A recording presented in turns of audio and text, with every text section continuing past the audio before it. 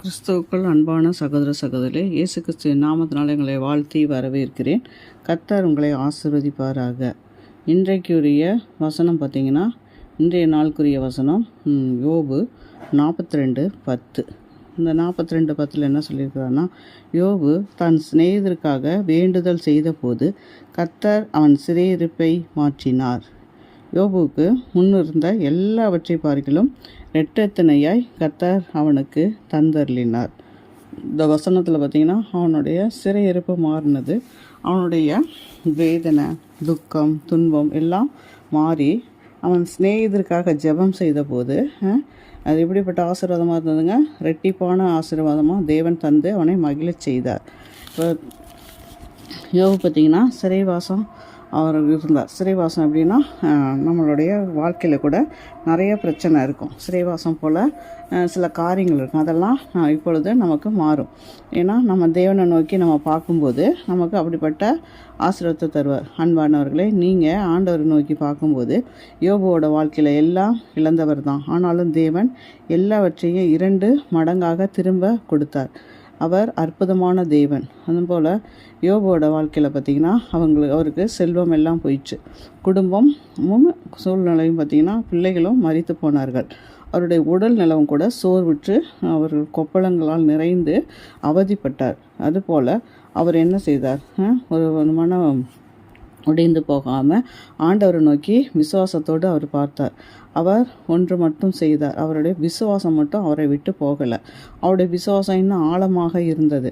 அவரை குற்றம் சொன்ன நண்பர்களுக்கு கூட அவர் என்ன பண்ணார்? அவர்களுக்காக ஜெபித்தார். தன் சிநேகிதர்களுக்காக யோபு ஜெபித்த போது தேவன் அவருடைய சிறையிருப்பை மாற்றினார். அது மாத்திரம் இல்லை, அந்த ஜெபித்த அந்த இருதயத்தை தேவன் பார்க்கிறார்.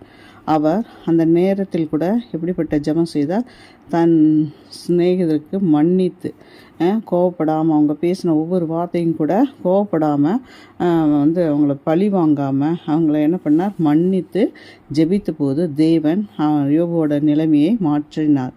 அதனால் இன்று நம்மளுடைய வாழ்க்கையிலும் கூட ஒரு சிறைவாசம் இருக்கலாம். கடன் பிரச்சனைங்கிற ஒரு சிறைவாசம், வியாதிங்கிற ஒரு சிறை இருப்பு, அப்புறம் குடும்பத்தில் உள்ள கஷ்டம், துன்பம், மன அழுத்தம், வேதனை, எல்லா காரியம் நம்மளை சூழ்ந்து இருந்தாலும் நம்ம ஒன்று நினைவில் வச்சுக்கணும். என்ன வைக்கணும்னா, தேவன் நம்ம கூட தான் இருக்கிறார். அவர் நமக்கு உதவி செய்ய வல்லவராக இருக்கிறார். நம்ம ஜெபிக்க ஆரம்பிக்கும் போதுமே நம்மளுடைய வாழ்க்கையில் ஒரு மாற்றம் உண்டாகும். தேவன் அது மாற்றம் தர வல்லவராக இருக்கிறார். அது மாத்திரம் இல்லை, தேவன் நம்ம கேட்குற ஜெபத்திற்கு சில காலதாமதம் ஆகலாம். ஆனாலும் தேவன் நம்ம மறக்க மாட்டார்.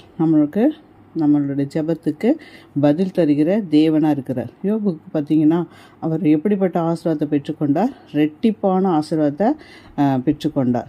ரெட்டிப்பான ஆசீர்வாதத்தை கொடுத்த தேவன், யோபுவுக்கு ரெட்டிப்பான ஆசீர்வாதத்தை கொடுத்த தேவன் உங்களையும் உயர்த்துவார். நீங்கள் எந்த காலத்துலையும் எந்த சூழ்நிலையும் வேதனைப்படாதபடிக்கு அவரையே நோக்கி பார்த்து விசுவாசத்தோட நீங்கள் அவரை நோக்கி பாருங்கள். இன்று நீங்கள் யார் மேலே கூட கோபமாக இருக்கலாம், அதை விட்டு விடுங்க. அவங்கள மன்னிங்க, அவங்களுக்காக ஜெபிங்க. அப்போது உங்களுக்கு இருக்கிற எல்லா பிரச்சனையும் மாறும். அது மாத்திரம் இல்லை, தேவன் உங்களுக்கு ரெட்டிப்பான நன்மை தந்து உங்களை என்ன பண்ணுவாருங்க? மகிழச் செய்வார். உங்களுடைய சிறைவாசம் மாறும். அது மாத்திரம் இல்லை, நம்ம பிரச்சனையே பெரிய சிறையை போல தான் இருக்கும் இல்லைங்களா?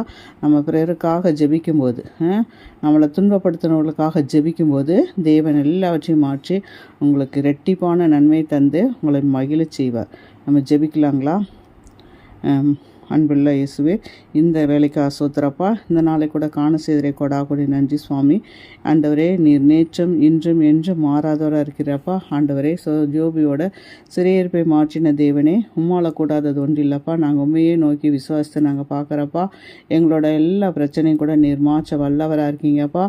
யோபுவினோட சிறையிருப்பை மாறினது போல் எங்களோட வாழ்க்கையில் உள்ள எல்லா காரியங்களையும் நீர் மாற்றி எங்களை அமைதி, ஆண்டவரே, ஒரு சமாதானத்தை தந்து எங்களை ஆசீர்வதிங்க. முற்றிலும் பொறுப்படுத்தி நடத்துங்க. இயேசுவின் நாமத்தினாலே ஜெபிக்கிறோம் ஜீவனுள்ள நல்ல பிதாவே, ஆமேன். God bless you all.